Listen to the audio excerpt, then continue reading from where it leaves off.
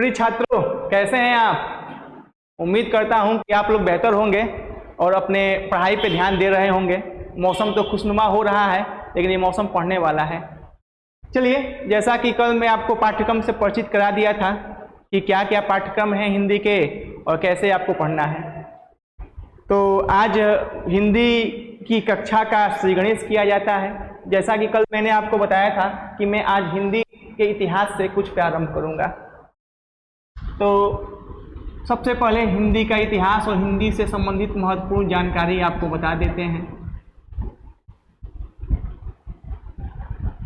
हिंदी, मैं क्या लिखा हूं ये सही है कि गलत है? कई बार वर्तनी संबंधी और शुद्धि में ऐसे प्रश्न आते हैं, तो हिंदी ये भी सही है।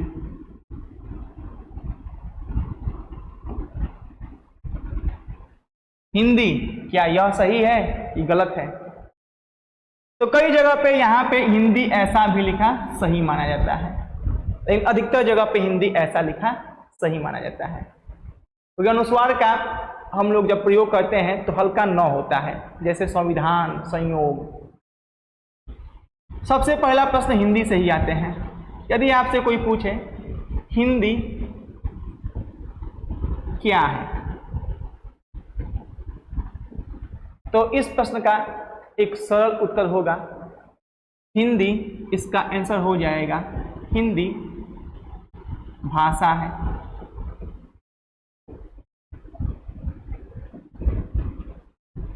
कोई पूछे हिंदी क्या है, हिंदी भाषा है। पुनः कोई क्वेश्चन पूछ दे आपसे, भाषा क्या है, तब इसका उत्तर क्या होगा? भाषा संप्रेषण का माध्यम होता है। भाषा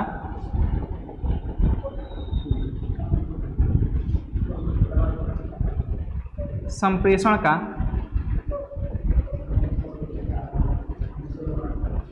माध्यम होता है। भाषा क्या होता है? संप्रेषण का माध्यम होता है।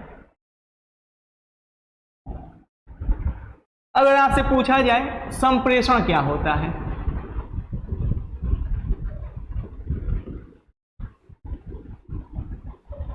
समधन प्रेषण अर्थात अपनी बातों को, अपनी इच्छाओं को, अपनी भावनाओं को सामने वाले को बताना, और सामने वाला कोई यदि प्रतिक्रिया दे रहा है वही कहलाता है संप्रेषण। एक और बात, संप्रेषण हम लोग हमेशा बोल के ही नहीं करते हैं।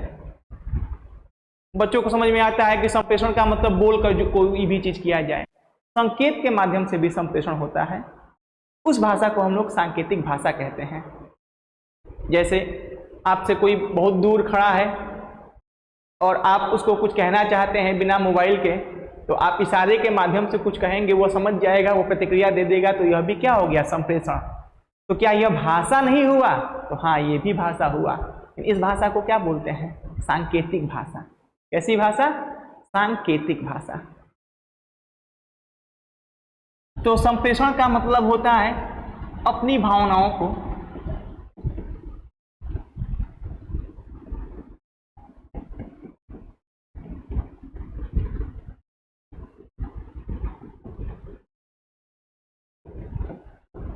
दूसरों से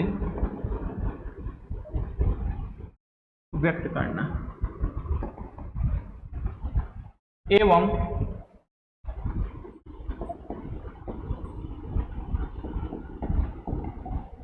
किसी अन्य की भावनाओं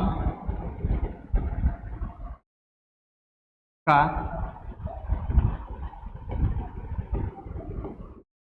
प्रतिक्रिया देना।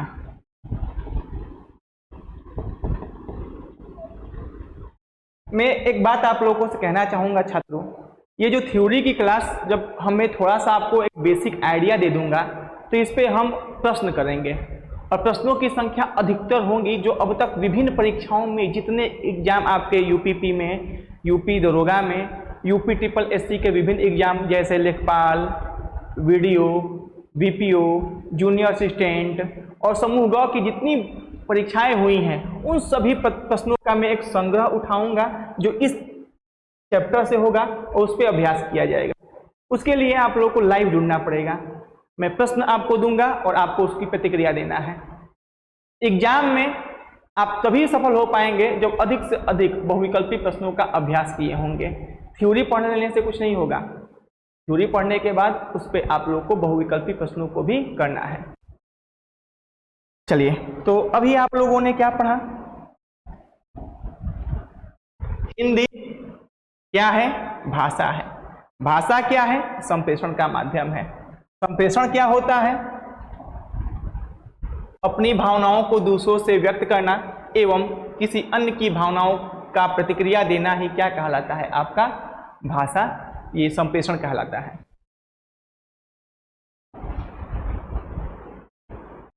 भाषा से संबंधित कोई ना कोई एक प्रश्न आपके किसी ना किसी एक प्रतियोगी परीक्षा में देता है। सबसे पहले, भाषा क्या निश्चित है, सीमित है? नहीं, भारत में लगभग 10,000 भाषाएं बोली जाती हैं, लेकिन मान्यता प्राप्त भाषाओं की संख्या मात्र 22 ही है, जो संविधान की अनुसूची 8 में वर्णित है। वो सब भी तथ्य पढ़ेंगे। पहले जो हिंदी भाषा है,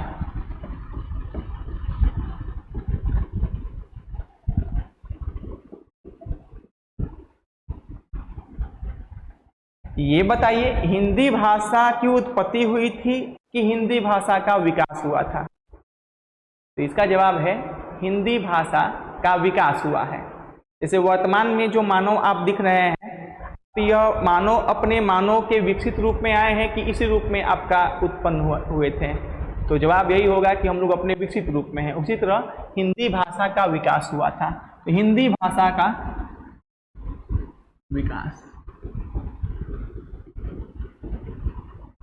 और आप ये भी जानते होंगे कि जो आप वर्तमान में आपका जो रूप देखते हैं वह अचानक आदि मानव से आप नहीं आए।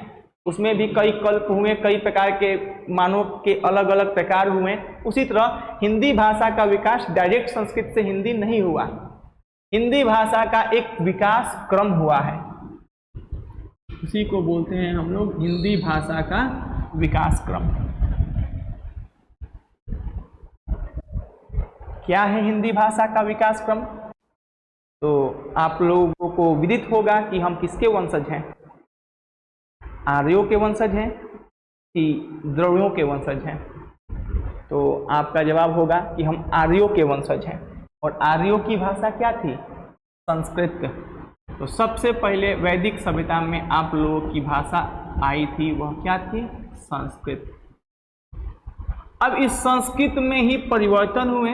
कई लोगों का मानना, अलग अलग व्याकरणविद, अलग अलग इतिहासकार अलग अलग कथन के अनुसार कहते हैं कि संस्कृत के बाद आपकी जो भाषा आई थी पाली, इसके कारण ये थे कि संस्कृत जटिल था। एक कारण ये है कि संस्कृत जटिल था। लेकिन कई व्याकरणविद कहते हैं, कई इतिहासकार कहते हैं कि संस्कृत के बाद पाली आने का कारण यह था कि हिंदू धर्म में रूढ़िवादिताएं अधिक हो गई थी। रूढ़िवादिताएं अधिक होने के कारण उनके सामने एक धर्म आया, वह बौद्ध धर्म था। अब बौद्ध धर्म की जो भाषा थी जन सामान्य थी, सभी लोग वहाँ पर, कोई बड़ा छोटा कोई प्रतिबंध नहीं था, तो वहाँ पर लोग पाली भाषा का प्रयोग होने लगा। तो संस्कृत के बाद अगली भाषा विकास क्रम थी पाली। पाली के बाद जैन साहित्य की जो भाषा थी वह प्राकृत थी। तो सबसे पहले हिंदी भाषा का विकास क्रम में सबसे पहले संस्कृत, संस्कृत के बाद कौन सी भाषा आई? पाली। पाली के बाद अगला भाषा विकास क्रम था, वह था आपका प्राकृत।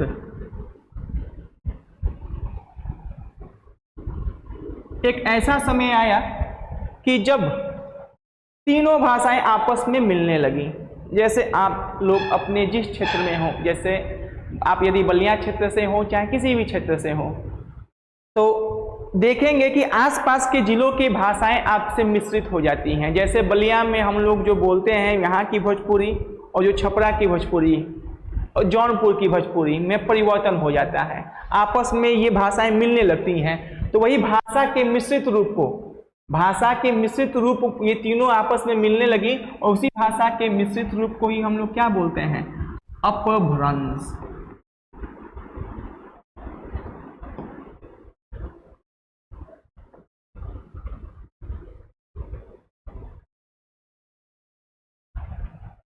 आपसे पूछे कि हिंदी भाषा की उत्पत्ति कहाँ से हुई है? संस्कृत। लेकिन अगर आपसे पूछे कि हिंदी भाषा का विकास कहाँ से आरंभ हुआ है, तो विकास आरंभ हुआ है अपभ्रंश से। उत्पत्ति सदैव कहाँ से हुई है? संस्कृत से। अपभ्रंश में भी परिवर्तन हुआ और अपभ्रंश के परिवर्तित रूप को ही हम लोग क्या बोलते हैं?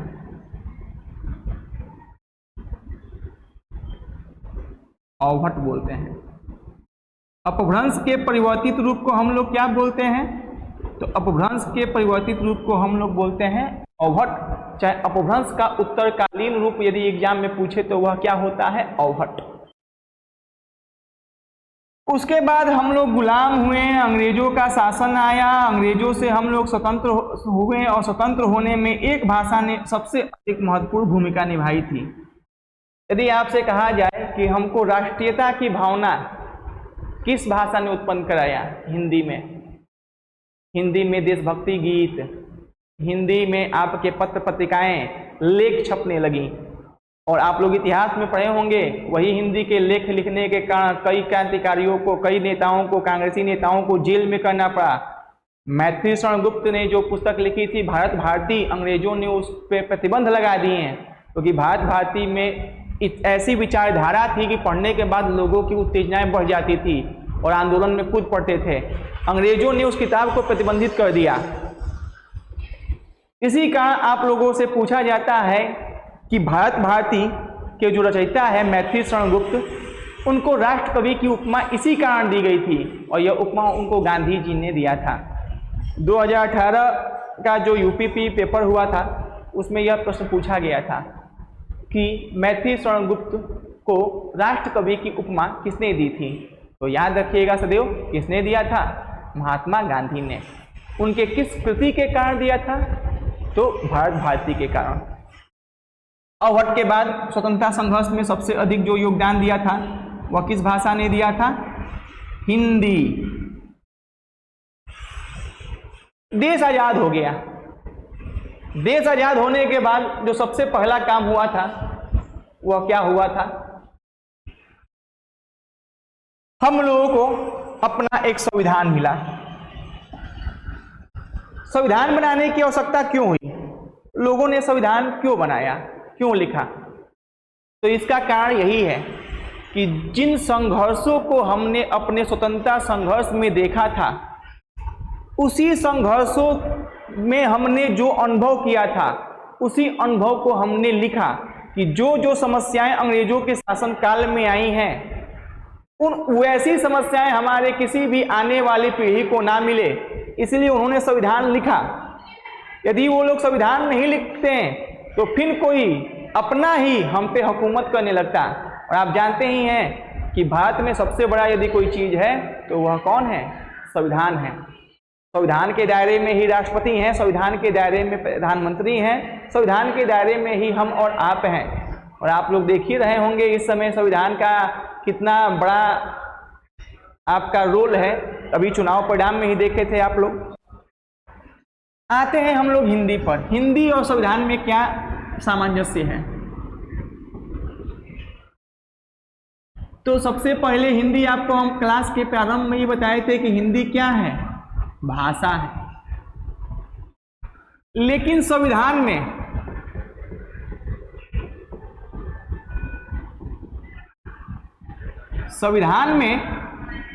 जो हिंदी है,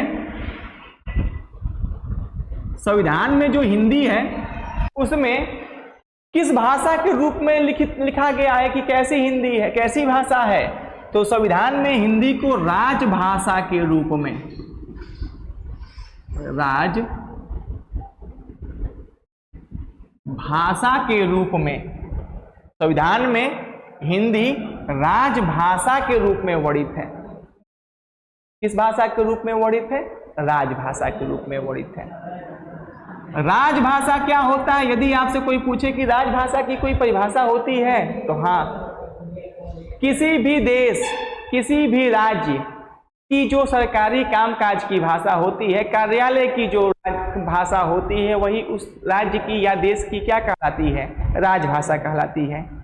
जैसा कि आपको विदित है कि हमारे भारत की राजभाषा हिंदी है, और हम लोग जिस राज्य में रहते हैं वह राज्य है उत्तर प्रदेश, और उत्तर प्रदेश की जो राजभाषा है वह आपका है हिंदी।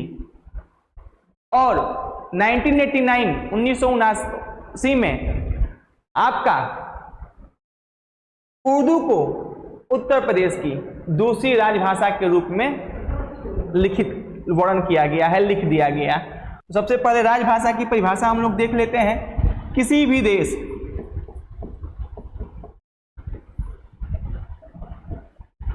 किसी भी देश, राज्य की सरकारी कामकाज की भाषा उस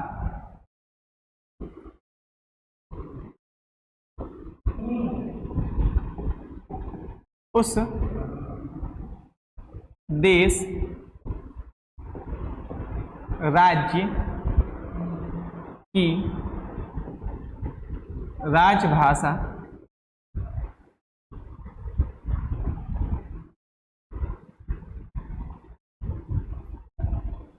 कहलाती है। किसी भी देश राज्य की सरकारी कामकाज की भाषा उस देश राज्य की क्या कहलाती है? राजभाषा कहलाती है।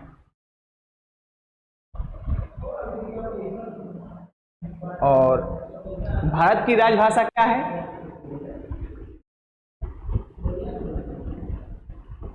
भारत की राजभाषा हिंदी है।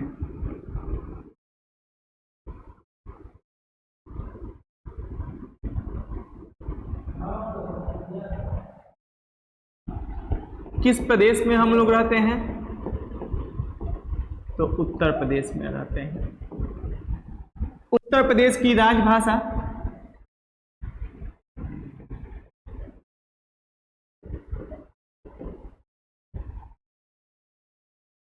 हिंदी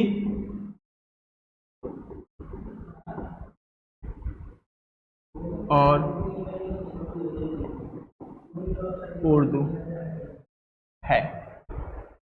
हिंदी उत्तर प्रदेश की राजभाषा कब बनी? तो उत्तर प्रदेश की स्थापना जब हुआ, आपको विदित होगा कि उत्तर प्रदेश पहले उत्तर प्रदेश राज्य के नाम से नहीं जाना जाता था। अंग्रेजों ने भारत को प्रांतों में बांटा था। तो उत्तर प्रदेश से पूर्व जो उत्तर प्रदेश का नाम था संयुक्त प्रांत था। इससे पहले आगरा, अवध प्रांत कई प्रांतों के नाम से हुआ, लेकिन उत्तर प्रदेश से पूर्व उत्तर प्रदेश संयुक्त प्रांत के नाम से जाना जाता था। और आपको यह भी विदित होगा कि संयुक्त प्रांत उत्तर प्रदेश कब बना? तो 24 जनवरी 1950 को बना। तो 1950 से ही हिंदी उत्तर प्रदेश की क्या है? राजभाषा है। तो कब से है? तो ये 1950 से है। उर्दू को उत्तर प्रदेश की राजभाषा का दर्जा कब मिला? तो उर्दू को उत्तर प्रदेश की राजभाषा का दर्जा मिला 1989 में। राजभाषा संविधान में लिखित है। तो राजभाषा संविधान में लिखित है, तो संविधान आप जानते ही हैं, पढ़े भी होंगे कि संविधान में मुख्यतः 3 चीजें होती हैं: भाग, अनुच्छेद, अनुसूचियां।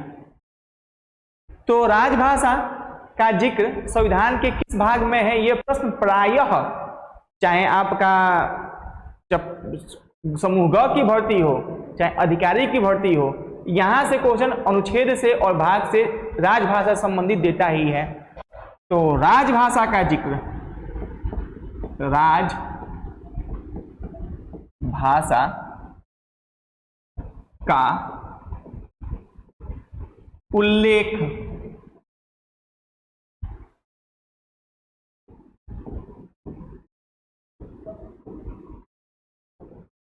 संविधान के भाग 17 में है। संविधान के किस भाग में है? भाग 17 में है। और आपको मालूम होगा कि संविधान के जितने भाग हैं उसमें कोई ना कोई एक अनुच्छेद है। तो यदि पूछे कि भाग 17 जिसका विषय क्या है? राजभाषा, में अनुच्छेद कहां से कहां तक हैं? तो इसमें जो अनुच्छेद हैं आपके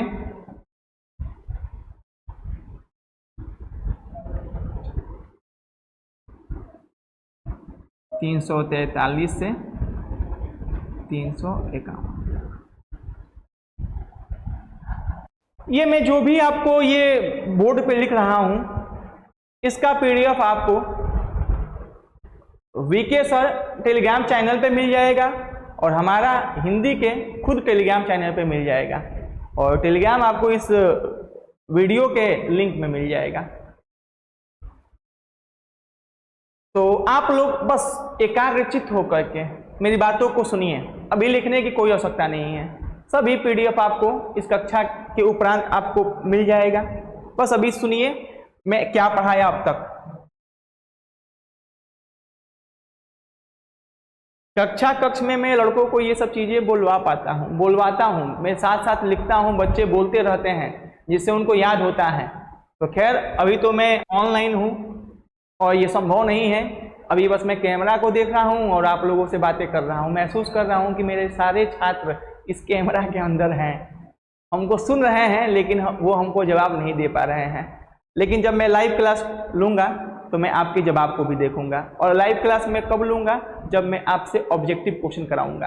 अभी बस आप थ्योरी सुनिए, इस थ्योरी के माध्यम से ही आप एमसीक्यू क्वेश्चनों को कर पाएंगे।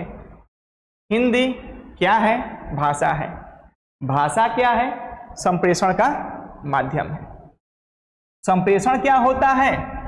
तो अपनी भावनाओं को दूसरों से व्यक्त करना एवं किसी अन्य की भावनाओं का प्रतिक्रिया देना क्या कहलाता है? चाहे यह कैसे भी हो सकता है, वाणी के माध्यम से भी हो सकता है, संकेत के माध्यम से भी हो सकता है, वाणी कुछ भी हो सकती है, वाणी हिंदी भी हो सकती है, वाणी अंग्रेजी भी हो सकती है, उर्दू भी हो सकती है, तमिल भी हो सकती है, तेलुगु भी हो सकती है।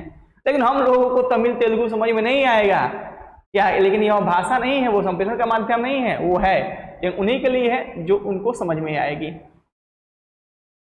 उसके बाद हम लोगों ने हिंदी भाषा के विकास क्रम को देखा। किसके वंशज? आर्यों के वंशज। आर्यों की भाषा क्या? संस्कृत। अभी हाल ही में 2023 में जूनियर असिस्टेंट का पेपर हुआ था। जूनियर असिस्टेंट में एक आपको क्वेश्चन पूछा था कि हिंदी भाषा का विकास क्रम का कौन सा संयोजन सही है। उन्होंने यही आपको विकल्प दिया था और एक बस इसमें ये कर दिया था कि इसमें संस्कृत से पहले उन्होंने 2 संस्कृत को दे दिया था। सबसे पहले कौन सी संस्कृत आई? वैदिक संस्कृत। और वैदिक संस्कृत के बाद कौन आया? लौकिक संस्कृत।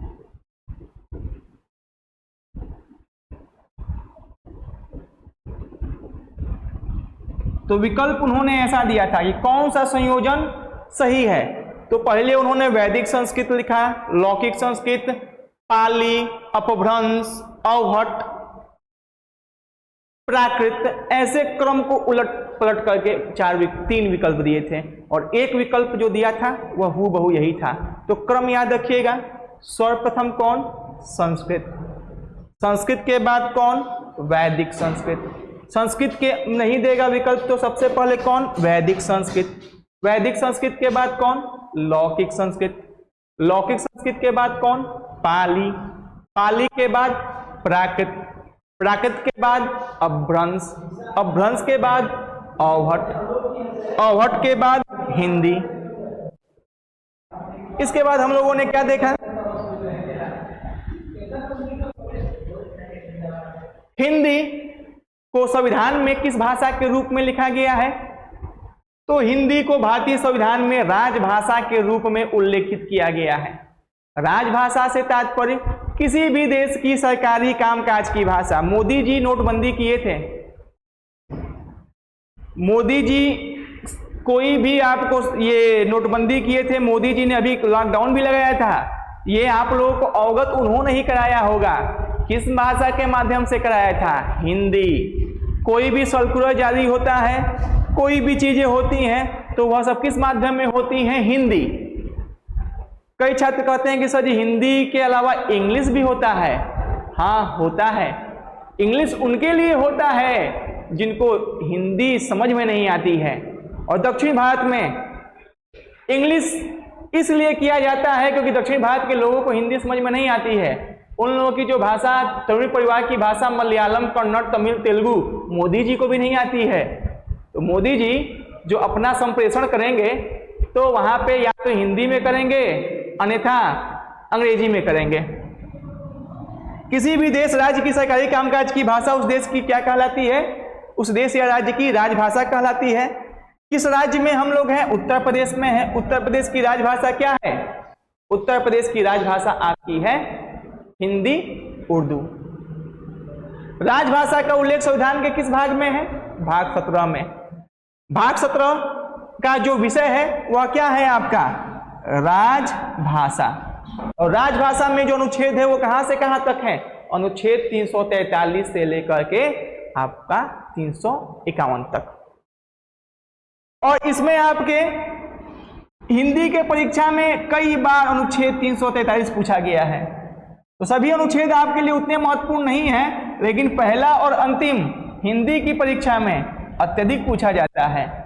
ये तो क्वेश्चन नहीं तो कम से कम मान के चलिए आप हिंदी की परीक्षा किसी प्रतियोगी परीक्षा में दे रहे हैं तो कम से कम 10 में से 8 बार यह पूछा जाएगा कि संविधान के किस अनुच्छेद में लिखा गया है हिंदी भारत की राजभाषा है और लिपि देवनागरी है। विकल्प देगा 343, 348, 349, 351। ये अनुच्छेद एकदम आप रट के जाइएगा। अनुच्छेद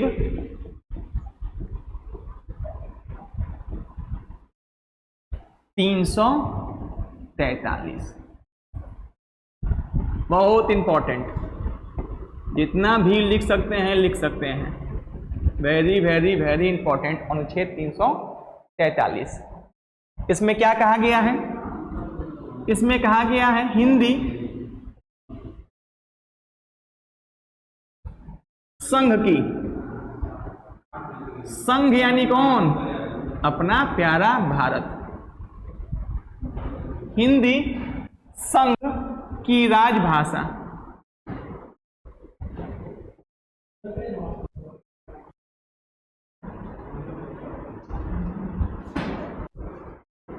एवं लिपि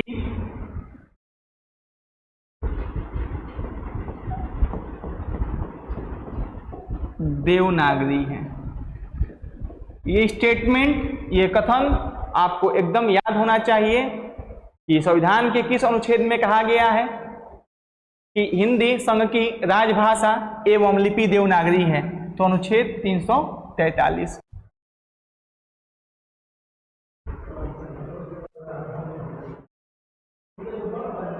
भाषा और लिपि में अंतर अभी स्पष्ट कर देता हूं आपको, वैसे आपको मालूम भी होगा। भाषा का मतलब मौखिक संप्रेषण और लिपि का मतलब लिखित संप्रेषण। हिंदी भाषा है लेकिन हिंदी को लिखा जाता है जिस लिपि में, वह लिपि होती है देवनागरी। आप लोग टाइपिंग करते होंगे तो टाइपिंग में आपको आता होगा इंस्क्रिप्ट, मंगल इंस्क्रिप्ट, कोटिदेव इंस्क्रिप्ट। तो वह लिखने का एक ढंग है। जैसे पूछे अंग्रेजी क्या है? इंग्लिश हम लोग बोलते हैं, इंग्लिश भाषा है, लेकिन जब उसको लिखते हैं तो वह लिपि हो जाती है देवनागरी। उर्दू क्या है? उर्दू तहजीब की भाषा है, बोला जाता है, लेकिन जब उसको लिखेंगे तो वह उर्दू भाषा हो जाती है, लिखेंगे तो फारसी लिपि। अनुच्छेद 343 कहता है हिंदी संघ की या भारत की राजभाषा एवं लिपि देवनागरी है।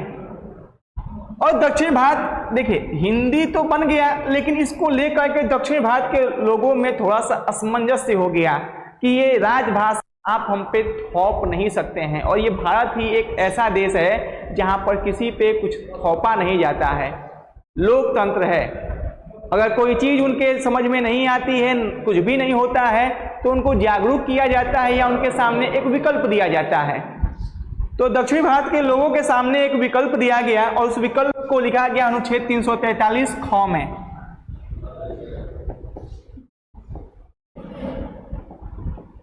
अनुच्छेद 343 ख कहिए या इसको इंग्लिश में बी कहिए। ये क्या कहता है? तो ये कहता है अंग्रेजी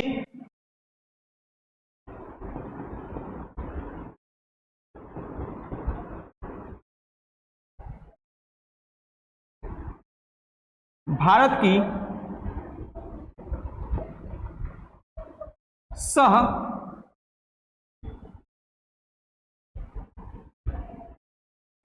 राजभाषा है। तो अंग्रेजी भारत की कैसी राजभाषा है? सह राजभाषा है। लेकिन हिंदी भारत की क्या है? राजभाषा। 343 आपके एग्जाम में अधिकतर पूछता है। 343 ख ये अधिकतर शिक्षक भर्ती परीक्षाओं में, जैसे सी टेट, यूपी टेट, ये सब परीक्षाओं में पूछी जाती हैं। जैसा आप कई ऐसे छात्र होंगे जो शिक्षक भर्ती की तैयारी भी करते होंगे, जिनकी परीक्षा 7 जुलाई को है, उस पे हम लोग अभी तो कुछ नहीं कर सकते हैं, लेकिन आने वाले भविष्य में जो अगला सीटेट होगा तो उस पे हम लोग भाषा शिक्षण पे भी ध्यान देंगे, क्योंकि सीटेट का जो हिंदी का पेपर होता है उसमें व्याकरण बहुत कम पूछी जाती है, उसमें भाषा शिक्षण पूछा जाता है, और उसमें टीचर को बच्चों को कैसे पढ़ाना है। हम लोग को हमारे मास्टर साहब जैसे पढ़ा दिए वैसे हम लोग पढ़ लिए हैं, रट करके सब कुछ जान गए हैं। और मैं आपको कल ही बताया था, हिंदी एक ऐसा विषय है जहाँ पर शब्दों की, हर एक शब्दों की व्याख्या की जा सकती है, लेकिन हम लोगों को मास्टर साहब बस रटवा दिए थे कि ये पर्यायवाची है, जैसे रतिपति, रतिनाथ, मकर ध्वज, मीन केतु, ये सब कामदेव के पर्यायवाची हैं। लेकिन उसको थोड़ा व्याख्या कर देते, कहानी के माध्यम से बता देते, तो हम लोगों को ये रटना नहीं पड़ता। जैसे उनके कुछ पर्यायवाची तो ऐसे याद हो जाएंगे। कामदेव बहुत सुंदर थे, रूपवान थे। शिव जी की तपस्या भंग करने के लिए उनको भेजा गया, और ये आप देखे होंगे जब शिव जी की तपस्या भंग कर रहे होंगे तो उनके पास एक धनुष था, और वो धनुष बना हुआ था फूलों का, पुष्पों का। इसीलिए आप लोग देखे होंगे पुष्पधनवा। पुष्पधनवा पर्यायवाची पूछता है किसका है, तो पुष्पधनवा पर्यायवाची हो जाता है आपका कामदेव का। और उनके पास केवल 5 ही बाण थे, 5 ही सर थे, इसलिए उनका पर्यायवाची पंचसर भी हो जाता है। तो ऐसे कहानी के माध्यम से करेंगे तो आपको हर एक पर्यायवाची याद हो जाएगा, नहीं तो रटते रहिए। पुष्पधनवा किसका होता है? कामदेव का। पंचसर किसका होता है? कामदेव का। मनोज किसका होता है? कामदेव का। मनोज क्यों?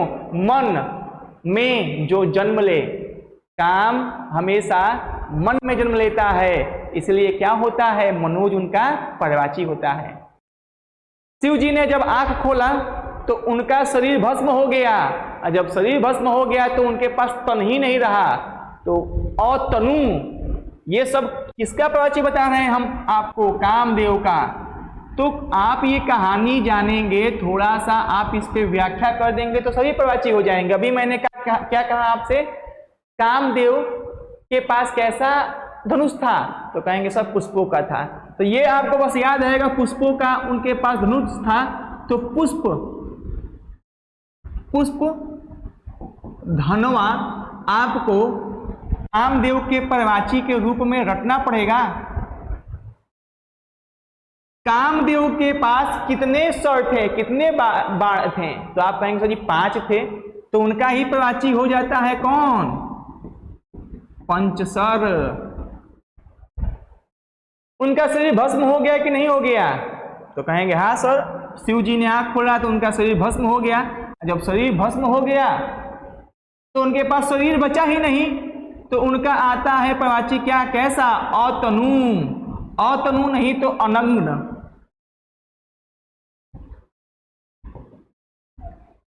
ये सब किसका प्रवाची हो जाएगा? आपका कामदेव का।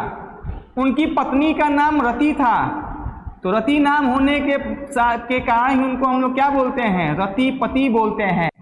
रति के नाथ थे तो यही हो जाते हैं रतिनाथ।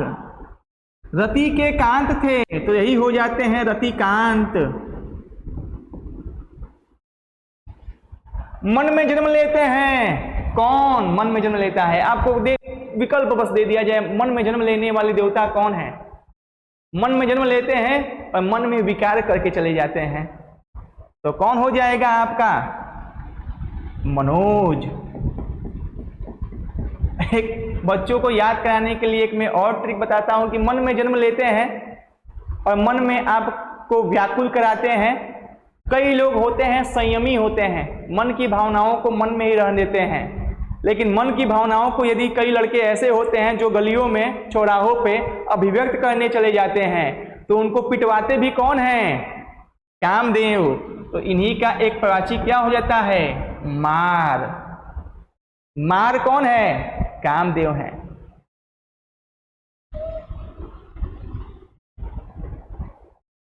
मीन केतु, केतु का मतलब होता है ध्वज। तो इनके साथ जो ध्वज चलता था उस पे उनको हम लोग बोलते थे, उस ध्वज पे किसकी आकृति बनी होती थी? मीन केतु। और इन्हीं को हम लोग क्या बोलते हैं? मकर ध्वज भी इन्हीं का प्रवाची होता है। तो यदि इतने प्रवाची आपको एक कहानी के माध्यम से बता दिया जाए तो यह आपको आसानी से याद हो जाएगा। लेकिन हम लोगों का क्या होता है, ये मास्टर साहब है, एक लिस्ट दे दिए और कहेंगे बालक ये प्रवाची अत्यंत महत्वपूर्ण है, इसको याद कर लेना, कल पूछेंगे।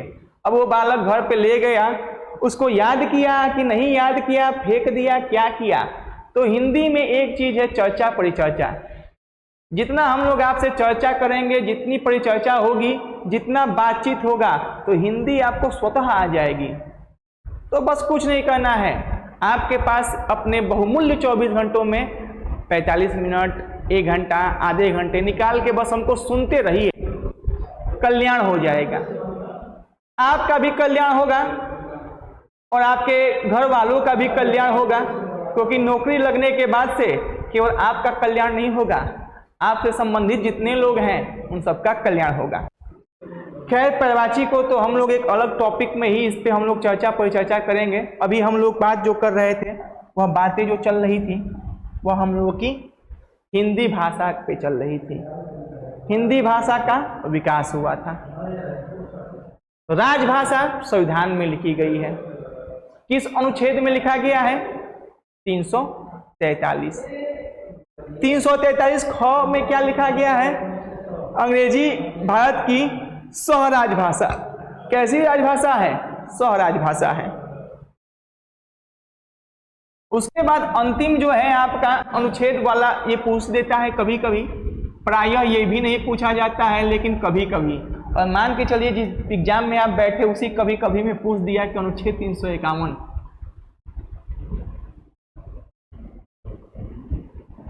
कभी कभी से आप याद रखिएगा, जीवन में सौभाग्य भी कभी कभी आता है और जीवन में दुर्भाग्य भी कभी कभी आता है। और ये जो कभी कभी है, इसके लिए आपको सज रहना चाहिए, क्योंकि कभी कभी कभी भी कुछ भी हो सकता है। इसलिए आप लोग ऐसी तैयारी करके जाइए कि कभी कभी पेपर कठिन भी आए तो आप सफल हो, और कभी कभी पेपर आसान आए तो आप पे सोने पे सुहागा हो गया। अनुच्छेद 351 कहता है हिंदी भाषा का प्रचार प्रसार होना चाहिए।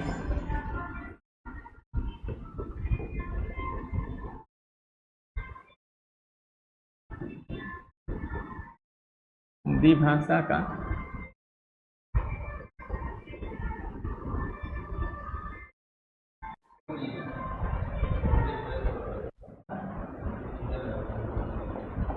ये तो मैंने अंडू।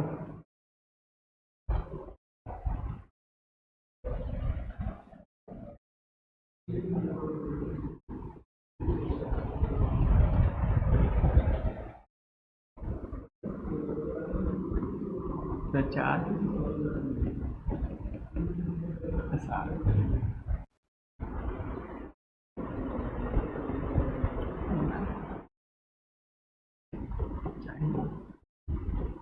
और ये बताइए भारत सरकार या राज्य सरकार हिंदी भाषा के प्रचार प्रसार के लिए क्या क्या करती है?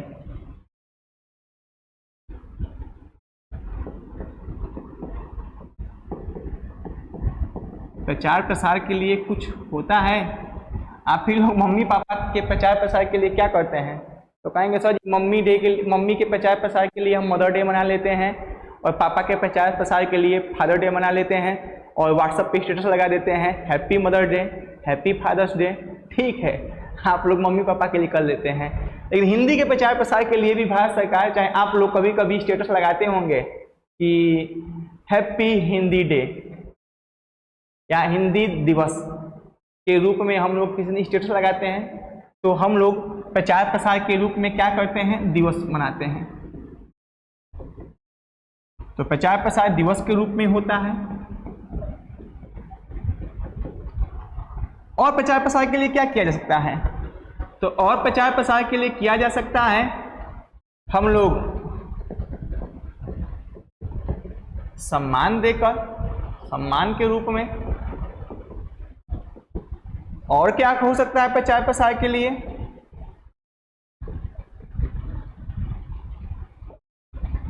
सम्मेलन के रूप में।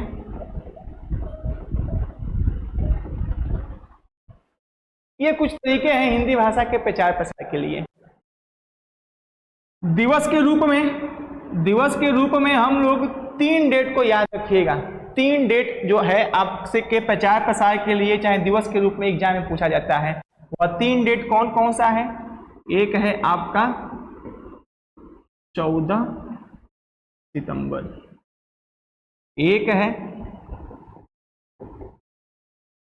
10 जनवरी, और एक है 21 फरवरी। जैसा कि आपको मालूम है कि 14 सितंबर मैंने लिखा है, 14 सितंबर।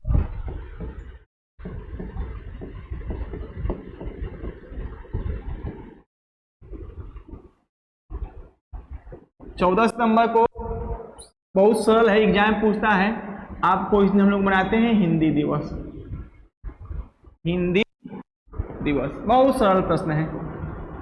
या अगर हिंदी दिवस नहीं देगा विकल्प में, तो राष्ट्रीय हिंदी दिवस देगा।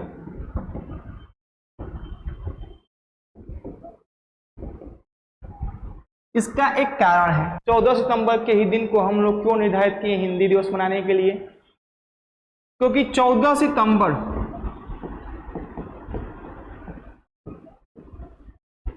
सितंबर सन 1949 को हिंदी भारतीय संविधान में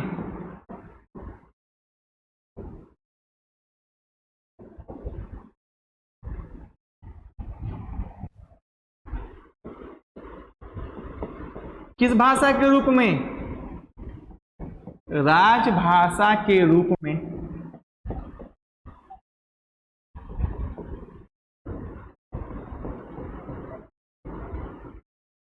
अंगीकृत किया गया।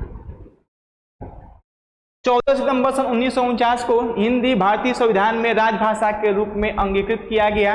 इसीलिए 1968 से, ये सब जीके जीएस में क्वेश्चन पूछ देता है कि हिंदी दिवस कब से मनाते हैं। देखिए, परीक्षा का स्तर पहले होता था कि वह दिवस पूछता था कि ये दिवस हम लोग किस दिन मनाते हैं। जैसे अभियंता दिवस पूछ देगा कब मनाते हैं, तो जस्ट इसके एक दिन बाद मनाते हैं अभियंता दिवस। लेकिन अब एग्जामिनर भी जान गया है, अब ये ट्रेडिशनल और सरल प्रश्न एग्जामिनर नहीं पूछता है। अब एग्जामिनर थोड़ा सा एक कदम आगे चला गया है, वह या तो किसी दिवस का थीम पूछ देगा, विषय, ये दिवस का विषय क्या है या यह दिवस कब से मनाया जा रहा है। तो कंपटीशन ऐसे ही बढ़ता है। आप कभी भी किसी भी पुराने वर्षों के पेपर को उठा के देखिएगा, आपको बहुत सरल लगेगा। आपको लगेगा कि सर ये ऐसा पेपर है कि अगर हम होते तो ये तो इसमें सिलेक्शन हो ही जाता। तो क्या आप बताइए, जो पहले के लोगों के पास संसाधन होते थे और आप लोगों के पास जो संसाधन है उसमें अंतर नहीं है। हम लोगों के समय ऐसा था कि डेटा बहुत महंगा मिलता था। जियो से पहले कोई मोबाइल में इतना डेटा लेकर के यूट्यूब नहीं देखता था। हम लोग सर्फिंग करते थे, उसमें ही पैसा बहुत कट जाता था। हम लोगों को कुछ भी पूछना होता था तो अपने मास्टर साहब के यहाँ ही जाते थे और मास्टर साहब ने जो बता दिया वही सर्वविदित होता था, वही सर्वमान्य होता था। लेकिन आज के ज़माने में बताइए संसाधन कितने बढ़ गए हैं। संसाधन जब बढ़ रहे हैं तो प्रतियोगी परीक्षाओं का स्तर भी बढ़ रहा है। आपको भी अब अपना स्तर उठाने की ज़रूरत है और संसाधन आपके पास हैं। छोटे छोटे शहरों में लाइब्रेरी खुल गया है। छोटे छोटे शहरों में अब वो तमाम सुविधाएं मिल रही हैं जो बड़े शहरों में कभी मिलती थी। लोग बड़े शहर इन्हीं सुविधाओं के लिए जाते थे कि वहाँ पे पढ़ने का माहौल चाहिए। यहाँ पे बलिया में पढ़ने का, छोटे शहरों में पढ़ने का माहौल ही नहीं है। अब बताइए क्या बलिया में पढ़ने का माहौल नहीं है? तो बस ज़रूरत है कि एक सही मार्गदर्शन की, सही गुरु की। कोई गुरु नहीं मिले तो विकास सर हैं आपके साथ। कभी भी किसी भी समस्या से आप ग्रसित हों, कोई भी अवसाद हो तो विकास सर हैं आपके लिए सज्ज, बताएंगे, हिंदी तो पढ़ाएंगे ही और आपके जीवन में जो भी समस्याएं हैं उसको तो मैं दूर नहीं करूंगा, लेकिन कैसे सामना करें, कहेंगे परिस्थितियां सबके साथ अनुकूल नहीं होती हैं। जिसके साथ स्थितियां अनुकूल हैं वो तो आगे बढ़ ही रहे हैं। इन प्रतिकूल परिस्थितियों में भी आपको आगे बढ़ना ही है, क्योंकि समय रुकेगा नहीं। वो नहीं रुकेगा कि ऐसा है कि आपका समय अच्छा नहीं चल रहा है, इस वर्ष कोई परीक्षा ही नहीं होगी। आप किसी भी हाल में हो, प्रति वर्ष परीक्षाएं होंगी, आप उसको निकालिए ना निकालिए ये आपके ऊपर है। और एक और चीज़ है, परिस्थितियों पे आपका कोई अधिकार नहीं है, आपका अधिकार केवल अपने कर्म पे है। आगे बढ़ाते हैं। 14 सितंबर को हम लोग हिंदी दिवस मनाते हैं, राष्ट्रीय हिंदी दिवस मनाते हैं। 14 सितंबर सन 1949 को ही हिंदी भारतीय संविधान में किस भाषा के रूप में अंगीकृत किया गया था? राजभाषा के रूप में अंगीकृत किया गया था। आगे आपको मैंने 10 जनवरी की भी कहानी बताई थी। यूपीए की सरकार थी, मनमोहन सिंह आपके प्रधानमंत्री थे। उन्होंने प्रवासी भारतीय सम्मेलन मनाया था। तो 2006 में प्रवासी भारतीय सम्मेलन 9 जनवरी को मनाया जाता है। कुछ बाहरी देशों के प्रवासी आए थे और वो एक तरह से तो प्रवासी हैं तो भारत के ही हैं। उनके बीच में हिंदी को बढ़ावा देने के लिए 10 जनवरी का डेट घोषित कर दिया कि 10 जनवरी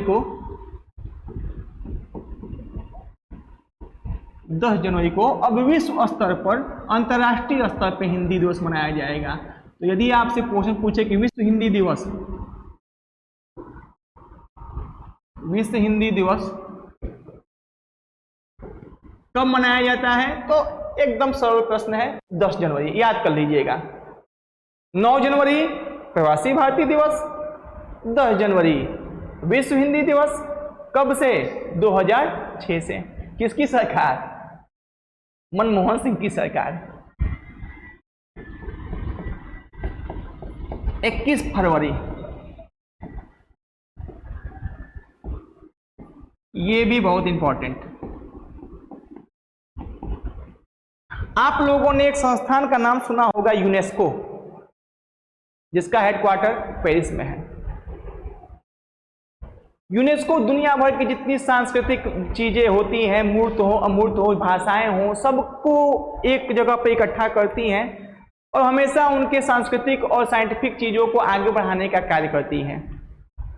1998 ईस्वी में यूनेस्को ने कहा कि दुनिया भर के जितने देश हैं, दुनिया भर के देश के अंदर जितने प्रदेश हैं, प्रदेश के अंदर जितने जिले हैं, छोटे बड़े, सबकी अपनी एक मातृभाषा होती है और वो मातृभाषा का सम्मान दिया जाना चाहिए।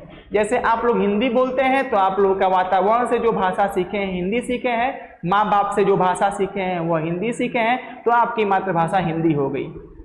कोई पंजाब में पैदा हुआ, उसकी पूरी परिवार पंजाबी, आसपास का माहौल पंजाबी था, तो उसकी मातृभाषा क्या हो गई? पंजाबी। तो क्या आप किसी पंजाबी से मिलेंगे और वो पंजाबी बोलेगा, आप हिंदी बोलेंगे तो झगड़ा करेंगे कि हिंदी बढ़िया पंजाबी बुरा?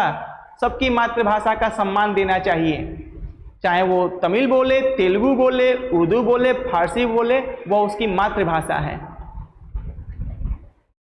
तो सभी की मातृभाषाओं को सम्मान दिलाने के लिए 21 फरवरी को हम लोग मनाते हैं अंतर्राष्ट्रीय मातृभाषा दिवस।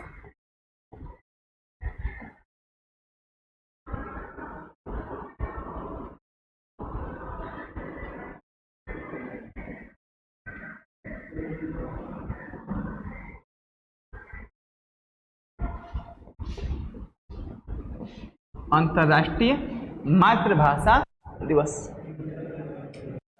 कब मनाते हैं? 21 फरवरी को मनाते हैं।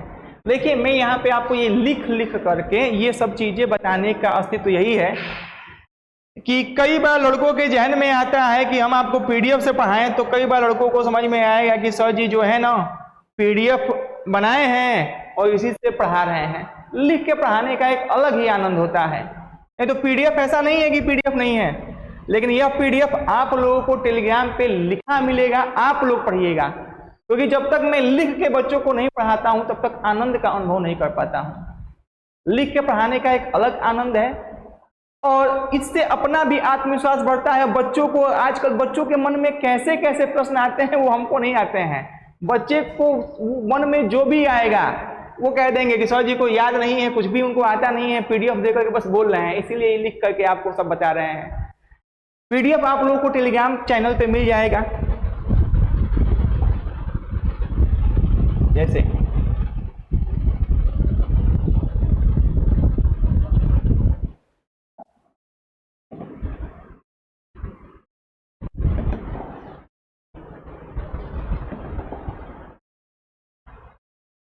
मैंने जो भी बताया, आज की कहानी जो भी चली, वो सब आपको ये पीडीएफ के माध्यम से वीके कैंपस टॉपिक भाषा बोध भाषा, अब आपको मैंने कक्षा में पहले ही चर्चा किया था कि भाषा क्या होता है। भाषा का धातु रूप भास है। धातु मतलब सबसे छोटा रूप, वाणी को व्यक्त करना, मतलब संप्रेषण का माध्यम। संप्रेषण का माध्यम भाषा होती है। और भाषा होता है कि होती है, लड़कों को इसमें कंफ्यूजन होता है, तो मैं आपको बता देता हूं कि भाषा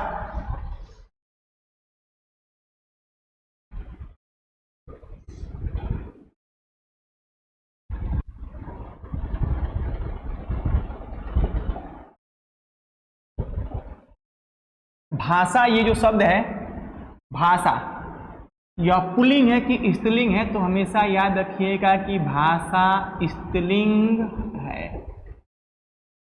हिंदी बोला जाता है कि बोली जाती है, बोली जाती, पंजाबी बोली जाती, उर्दू बोली जाती, अंग्रेजी बोली जाती, और ये लिंग संबंधी प्रश्न आता है। और अभी आपके यूपीपी में ही पूछा था, एक प्रश्न दिया था, 4 विकल्प दिए थे, और ये विकल्प दिया था सदैव। सदैव स्त्रीलिंग होता है।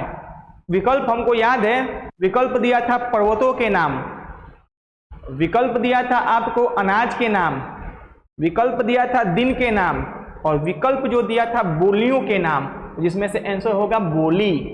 बोली हमेशा कोई भी हो, भोजपुरी हो, मगही हो, मैथिली हो, डोगरी हो, बोली बोली जाती है। याद रखिएगा, बोली बोला नहीं जाता है, बोली बोली जाती है। हिंदी भाषा की उत्पत्ति आपको मालूम है, मैंने आपको बता दिया, संस्कृत से हुई है। हिंदी भाषा का विकास मतलब हिंदी भाषा में परिवर्तन कहाँ से हुआ है? अपभ्रंश से हुआ है। हिंदी भाषा स्वर से नहीं अपभ्रंश से स्टार्ट हुई है। जब आपको मैंने अपभ्रंश बताया था, तो अपभ्रंश क्या होता है? भाषा का मिश्रित रूप, और अपभ्रंशों की भी एक संख्या होती है, आपको बता देते हैं।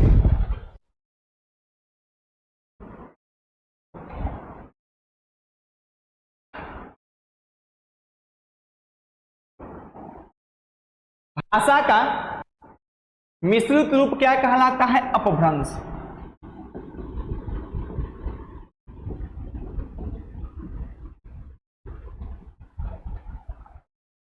आपको मैंने जैसे बताया था कि जब हम अंग्रेजों के गुलाम थे तो भारत प्रांतों में बटा था। उससे पहले जब आप चले जाएंगे प्राचीन इतिहास में, तो प्राचीन इतिहास के समय भारत प्रांतों में भी नहीं बटा हुआ था, जनपदों में, और वही छोटे छोटे जनपद बन करके आपके महाजनपद हुए। आप लोग पढ़े होंगे कि 16 महाजनपद होते थे, और वह 16 महाजनपद जो होते थे उनका एक विशेष स्थान होता था, और वो जो विशेष स्थान होता था उस समय जो विशेष स्थान होते थे, आज के समय वो स्थान राज्यों में बट गए हैं। तो उस समय के विशेष स्थान को अपभ्रंश के रूप में हम लोग बांटते हैं, और उस अपभ्रंश के जो स्थान है उस स्थान पे वर्तमान में कौन सी भाषा बोली जाती है वह भाषा के अंतर्गत आती है। तो कुछ अपभ्रंश हैं और उसी अपभ्रंश से कुछ भाषाएं आपकी वर्तमान में जो बोली जाती हैं उसको पूछा जाता है। जैसे आपसे पूछा जाएगा मागधी अपभ्रंश। मागधी यानी जो मगध के क्षेत्र में जो स्थान थे, वर्तमान में वैसा तो मगध है नहीं, राज्यों का बंटवारा हो गया। उस मगध जो उस समय का मगध था उसमें आपका बिहार, उड़ीसा, बंगाल और असम का कुछ क्षेत्र आता था। और वर्तमान में इन राज्यों में कौन सी भाषा बोली जाती है, तो वही मागधी अपभ्रंश से उन भाषाओं का विकास हुआ है। तो जैसे बिहार में क्या बोली जाती है, बिहारी।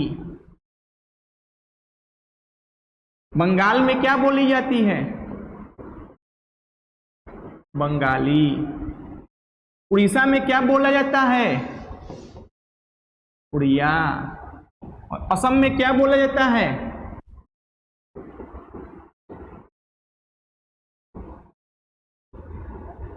असमिया।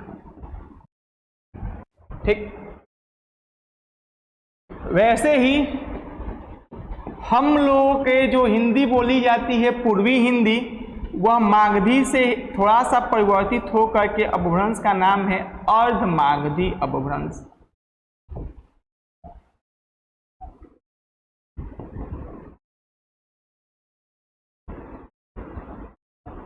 अर्ध मागधी अपभ्रंश से जो भाषा बोली जाती है वह है आपकी पूर्वी हिंदी। पूर्वी हिंदी यानी हम लोग अवध क्षेत्र में हैं, राम अवध में थे, अवधी भाषा में लिखी गई है रामचरितमानस, तो पूर्वी हिंदी के अंतर्गत आता है अवधी। बघेली, बघेल खंड पहाड़ के पास जो है क्षेत्र वहाँ बघेली बोली जाती है, और छत्तीसगढ़ी।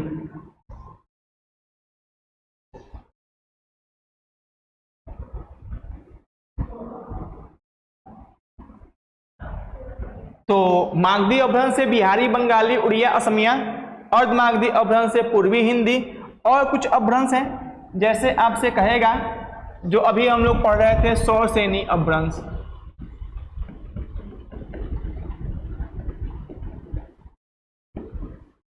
सौरसेनी अपभ्रंश। सौरसेनी अपभ्रंश में कौन कौन सी भाषाएं आती हैं, तो सौरसेनी अपभ्रंश में आपका राजस्थानी, राजस्थान का क्षेत्र, राजस्थान के ही पास में है आपका गुजरात, तो गुजराती, राजस्थानी गुजराती और पश्चिमी हिंदी।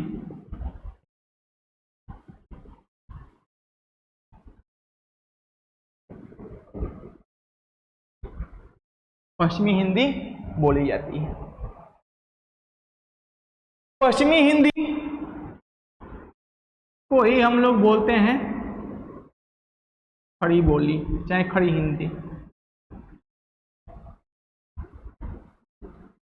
एक बार किसी प्रतियोगी परीक्षा में पूछा था कि हिंदी भाषा का विकास किस अपभ्रंश से हुआ है। विकल्प में था सौरसेनी अपभ्रंश, मागधी अपभ्रंश, अर्धमागधी अपभ्रंश। तो आयोग ने सौरसेनी अपभ्रंश को सही माना था, क्योंकि हम लोग की मानक हिंदी खड़ी बोली मानी जाती है। तो यदि आपसे पूछ दे कि हिंदी का विकास किस अपभ्रंश से हुआ है, तो आप लोग प्राथमिकता किसको देंगे, सौरसेनी अपभ्रंश का। इसके बाद पहाड़ी क्षेत्रों पे जो अपभ्रंश बोली जाती है उसको बोलते हैं खस अपभ्रंश। खस अपभ्रंश। खस अपभ्रंश में किस भाषा का विकास हुआ है, तो कहेंगे पहाड़ी भाषा।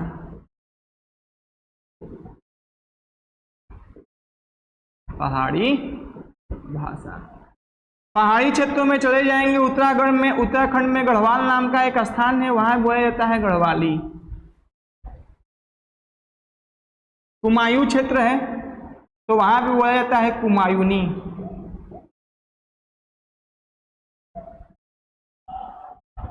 ये दोनों क्षेत्र आपके उत्तराखंड में मिलेंगे।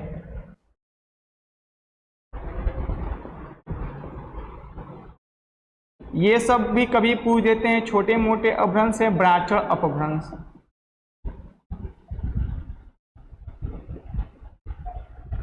ब्राचर अपभ्रंश है आपकी पंजाबी।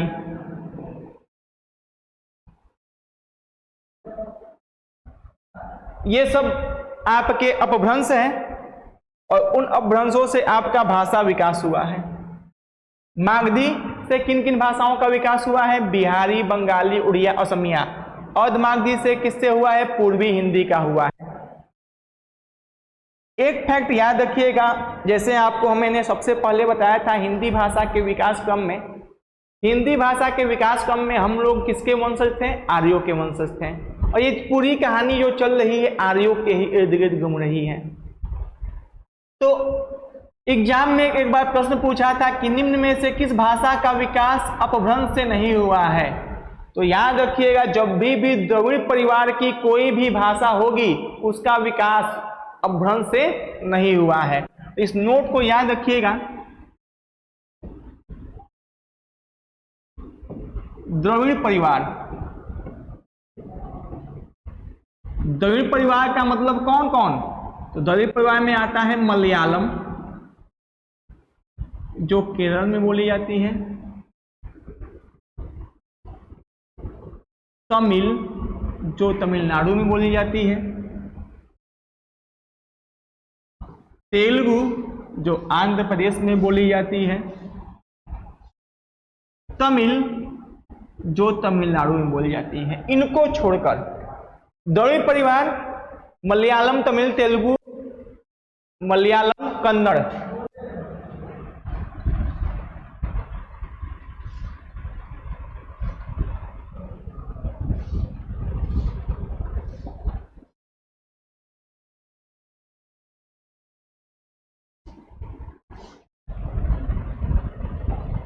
कन्नड़,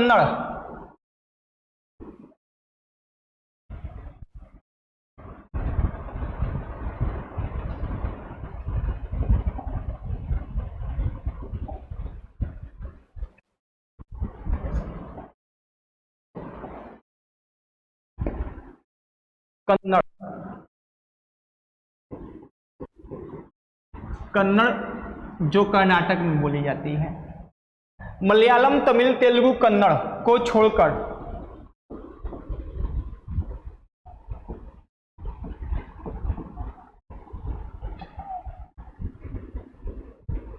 शेष सभी भारतीय भाषाओं का विकास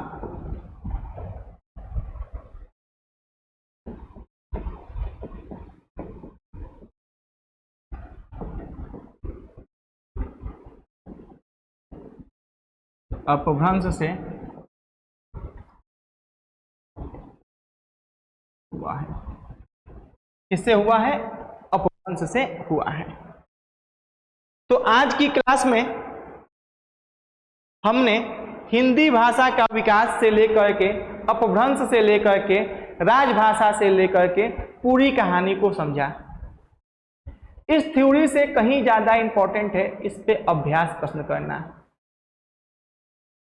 तो जो चीजें मैंने आपको समझाया है इन सबका पीडीएफ आपको आपके टेलीग्राम चैनल पे मिल जाएगा। आप लोग इसको पूरे अच्छी तरीके से पढ़ लीजिएगा। कुछ अन्य तथ्य जो छोटे होंगे आपको पीडीएफ में मिल जाएंगे, अन्यथा जो भी इंपॉर्टेंट तथ्य है मैंने आपको बोर्ड पे लिख करके सब समझाया है। और कल मैं आपकी लाइव क्लास को लूंगा जिसमें मुझे प्रतिक्रिया चाहिए। मैं जो प्रश्न करूंगा उसके लिए आपको कुछ समय मिलेगा, आपका रिस्पॉन्स आएगा, उसके बाद मैं आंसर दूंगा। जैसे हम लोगों के बीच में एक पारस्परिक संवाद चले, अन्यथा मुझे ये अनुभव लगने लगे कि मैं निर्जीव चीज़ों को पढ़ा रहा हूँ तो उतना आनंद नहीं आएगा। आप लोग लाइव आएंगे, प्रश्नों का जवाब हमको मिलेगा तो हमको लगेगा कि हाँ मैं सजीवों के साथ संपर्क में हूँ। और वीके सर अभी आपको कुछ अन्य चीज़ों से अवगत कराएंगे, जो भी आपको टेलीग्राम चैनल पे जो कुछ मिलेगा। तो मेरे प्यारे बच्चों, मैं उम्मीद करता हूं कि आप लोगों का आज का पहली क्लास विकास सर का बहुत ही अच्छा लगा होगा। इसी तरीके से और भी प्रतिदिन अपना हिंदी को अच्छा और बेहतरीन बनाने के लिए आप विकास सर से जुड़िए, और जितना भी आज सर पढ़ाए हैं इनका टेलीग्राम आपके वीके कैंपस चैनल पे टेलीग्राम चैनल है, जो कि मैं लिंक कर देता हूँ डिस्क्रिप्शन बॉक्स में, तो वहाँ से भी आप चले जाएंगे। तो और विकास सर का भी चैनल है, दोनों में कहीं से भी आप ले सकते हैं टेलीग्राम चैनल से। तो आप टेलीग्राम चैनल से इसका PDF जितने भी सर पढ़ाए हैं आप ले लीजिए और एक बार उसे रिपीट करिए। और कल सर के साथ में जो आप सर जो क्वेश्चन कराएंगे 4 ऑप्शन दे करके ना सर, जी 4 ऑप्शन दे करके सर क्वेश्चन करेंगे, उन सभी क्वेश्चनों का जवाब आप लोग 1 बाय 1 करके देते रहें, ताकि इधर से भी मालूम चले कि हाँ हम कुछ अच्छा काम कर रहे हैं, आप लोगों को भी मालूम चले कि मैंने जितना पढ़ा उसमें से अगर क्वेश्चन आता है तो हम लोग कर लेंगे। तो लगभग 50-100 क्वेश्चन बनेंगे, तो ये ना सर जी सर 50 या 100 क्वेश्चन जो भी 12 बजे हम लाइव होंगे, 12 बजे लाइव सर होंगे टेलीग्राम पे आप अवगत करा देंगे। जी 12 बजे आप लोगों को टेलीग्राम पे अवगत करा दिया जाएगा। आप आराम से देखते रहिए, हंसते रहिए, मुस्कुराते रहिए और अपने ज़िंदगी को बेहतर बनाते रहिए। इसी ऊर्जा के साथ विकास सर के साथ आप जुड़िए कल 12 बजे, ठीक है सर। तब तक के लिए मिलते हैं हम लोग नेक्स्ट ऊर्जा नेक्स्ट वीडियो में। जय हिंद, जय भारत, धन्यवाद।